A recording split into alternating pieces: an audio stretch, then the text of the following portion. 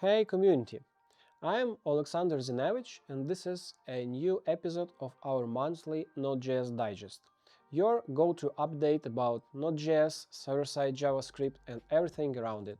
So let's go. The biggest news, Bun 1.3 release.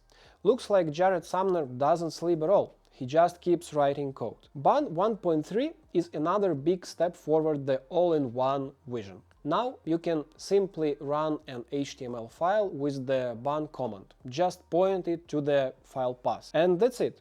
Your app runs instantly. At first glance, it might look like a simple static server, but it's much more than that. It includes a transpiler and bundler, so even a React app will just work out of the box. As a result, you get a live dev server with hot reloading, even with React fast refresh. Besides that, Bun 1.3 improves CORS, cookies API, and routing. And yes, they didn't skip databases either.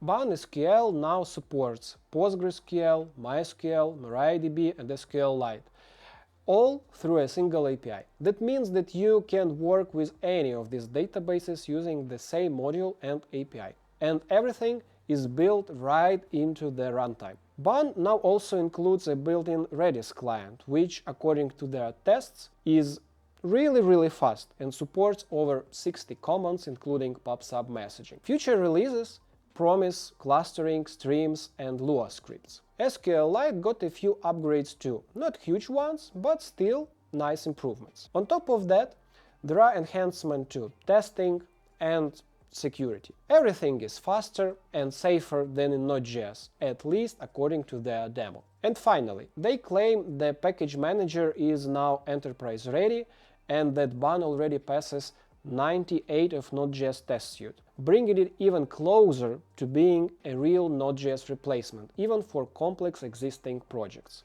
So yeah, maybe soon we will need to rename this digest. Not only Bun stood out this month, Node.js did too. On October 15, the Node.js team released a new major version, Node.js 25, and honestly, it's one of those releases where Node.js once again shows that it can be fast, secure, and close to modern web standards. Next to Bun, this release might look a bit babyish, but considering Node's age, we should show some respect to our elders. Every even small improvement here takes a massive amount of work. Let's start with the main thing, the V8 engine upgrade to version 14.1. This isn't just a version bump for the checklist. Along with it, Node got a significant performance boost, especially when it comes to JSON stringify. Now JSON serialization in Node.js runs noticeably faster, sometimes by 30–40%.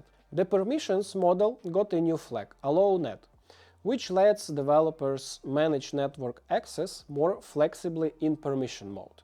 And now, Node.js is a little bit browser-like. The web storage API, especially local storage and session storage, is no longer experimental and enabled by default. Also, the global context now includes error events, so error handling works just like it does in browsers. They also cleaned up some deprecated parts, updated dependencies, you know, all the usual things you expect in a major release. And finally, Node.js officially enables GSPI for WebAssembly. Overall, it's a pretty solid mid-cycle release. Now we are waiting to see what the next LTS version will bring. Cloudflare once again decided that developers don't have enough tools, or maybe just saw another way to make some extra money, and introduced the Sandbox SDK. Now you can run commands, clone repositories, manage files, start services, and even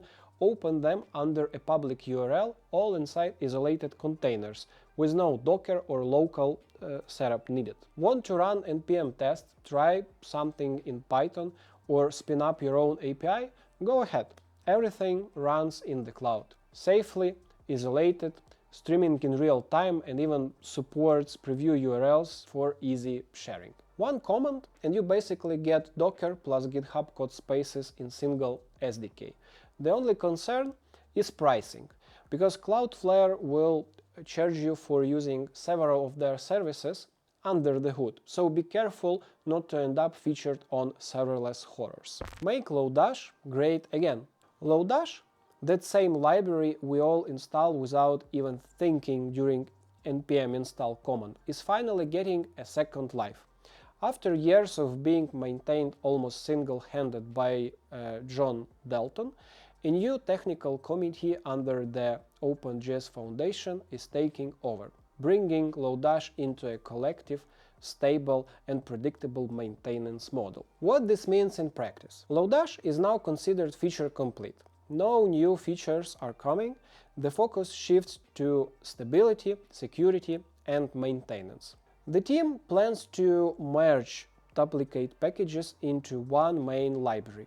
CI/CD pipelines are being restored to ensure centralized and secure releases. A new security approach is being introduced with a defined threat model, official CNA status, and a clear incident response plan. Lodash will be gradually rewritten to use native JavaScript functions where possible, but without breaking old interfaces. So many parts will be refreshed silently under the hood.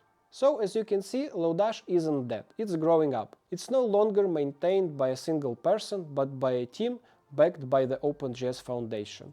Just like Express, Lodash is going through its own transformation. So let's wish the team good luck with this well-deserved reboot. So that's basically it.